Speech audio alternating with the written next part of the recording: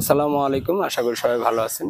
Saudi প্রবাসী ভাই আওলাদ ভাইয়ের বিল্ডিংয়ে চলে আসছি, মানিকগঞ্জ বাইরা গুজারাঘাট পার হইয়া। হ্যাঁ,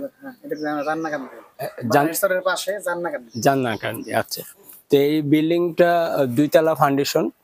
আপনার এই বাম পাশে আছে সেফটি ট্যাঙ্কি, আর হইতেছে এই পাশেও টয়লেট বা কিচেন আছে, কিন্তু এটা হচ্ছে রাস্তা।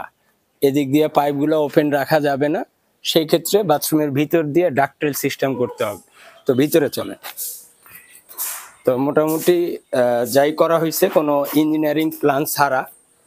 তো এটা যতটুকুই করছে একবারে খারাপ হয় নাই, ইঞ্জিনিয়ারিং প্ল্যান ছাড়াও। তো একটু ভাই ওই পাশে যান।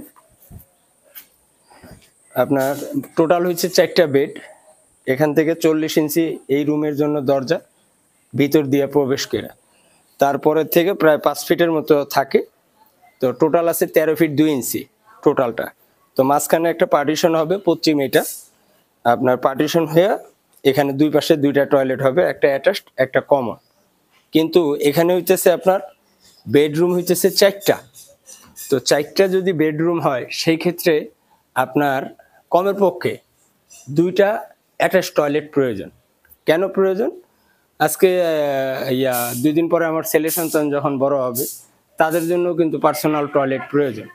তো সেই হিসাবে যেহেতু 4টা বেডরুম, সেই ক্ষেত্রে একটা অ্যাটাচ টয়লেট দিলে 3টা বেডরুম একটা কমন রে ইউজ করতে হয়। তো মেহমানও যদি আসে সেই ক্ষেত্রে কিন্তু চাপ হয়ে যাবে। তো সেক্ষেত্রে আমার সাজেশন থাকবে যে এখানে 4টা আপনার কি বলে বেডরুমের জন্য 2টা টয়লেট ওনাদের প্ল্যানে আছে। আর একটা টয়লেট যদি ওই পাশে কিচেন হবে, এখানে ওনাদের কাজ বন্ধ, তো এই জন্য এই পাশে আবার কিচেন হবে, ঠিক যেই পাশে দেখেছি তার অপোজিটে সেম মাপ। তো এখানে যদি কিচেন দেওয়া হয় 13 ফিট 2 ইঞ্চি, তো ওখান থেকে যদি 4 ফিট 5 ইঞ্চি নেয়, নিলেও প্রায় 8 ফিটের মতো জায়গা থাকে কিচেনের জন্য। তো ওইটা কিন্তু যথেষ্ট ব্যবহার করতে পারবে। এখন বিল্ডিং করলাম, যদি ভবিষ্যতে কি হবে সেগুলো যদি আমরা খেয়াল করে না কাজ করি, তো সেই ক্ষেত্রে কিন্তু চাইলেই পরে ভাঙ্গা চুরে আর একটা বাথরুম করা যাবে না। আর এটার যে আরসিসি লাইনগুলো, যেহেতু ওই পাশে রাস্তা আছে, রাস্তার জন্য আপনার ওইদিকে দেওয়া যাবে না। সেই ক্ষেত্রে করতে হবে কি, ওইদিক যান, সেই ক্ষেত্রে এই জায়গায় বাথরুমগুলো হবে, বাথরুম এবং কিচেন হওয়ার পরে এই বাথরুমের ভিতর দিয়ে ছাদ কাইটা ডাকটেল করে পাইপ ভিতরে থাকবে, গ্যাস পাইপ যেটাই থাকে পরবর্তী দোতলা 3তলার জন্য। তাইলে হবে কি, ওই রাস্তার জন্য আর এফেক্ট পড়লো না। এদিক দিয়ে আইসা এই বাথরুম দুইটার সাথে কানেক্ট হয়ে বাইরে যাবে, যায় বাইরে জায়গা আছে ওনাদের 18 ইঞ্চি বা 2 ফিটের মতো জায়গা আছে। এদিক দিয়ে বের করে নিয়ে আপনার যেহেতু খাল আছে, দোনো পাশে খাল আছে, এদিকেও খাল আছে, আবার আপনার এদিকেও খাল আছে, তো এইদিকেও কিন্তু নিতে পারবে আরামায়েশ। ওই দিক থেকে লাইন আইসা এদিক দিয়ে নিয়ে নিয়ে একটা পরিকল্পনা আছে ওনাদের, এই চিপা দিয়ে নিবে, এই চিপা দিয়ে, হ্যাঁ, ওই দিক দিয়ে নিবে। আর এটাই হচ্ছে যে পাশে একটা বিল্ডিং, এই পাশে আসেন ভাই, আর ওদিক যান। যেহেতু এই যে পিছনে আর একটা বিল্ডিং আছে, ওনারা একই পরিবারের।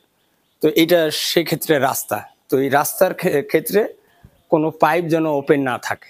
হ্যাঁ, যেমন পিছিয়ে যান, আমার এই যে যেটা বললাম যে এখানে একটা টয়লেট দিতে বলতেছি, ওনাদের প্ল্যানে নাই।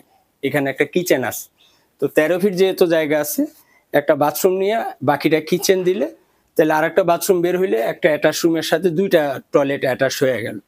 তো এটা যেহেতু রাস্তা, এখানে এক ফোঁটাও পাইপ ওপেন থাকবে না, এটাকে কনসেল করে ভিতরে দিয়ে নিতে হবে। এখন এই বুদ্ধিগুলা মনে করেন যে চাইলেই আপনি যাত্রার কাছে পাবেন না। তো এই জন্যই মূলত সৌদি প্রবাসী ভাই উনি আমার নিয়মিত ভিডিও দেখে, তো সেই দেখার থেকে আমাকে বলছে যে সাইটটা ভিজিট করতে। তো আমি ভিজিট করলাম, এই ব্যাপারগুলো আবার ওনার সাথে শেয়ার করব।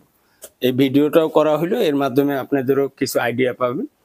তো আজকের মতো বিদায় নিই, ভালো থাকবেন, আসসালামু আলাইকুম।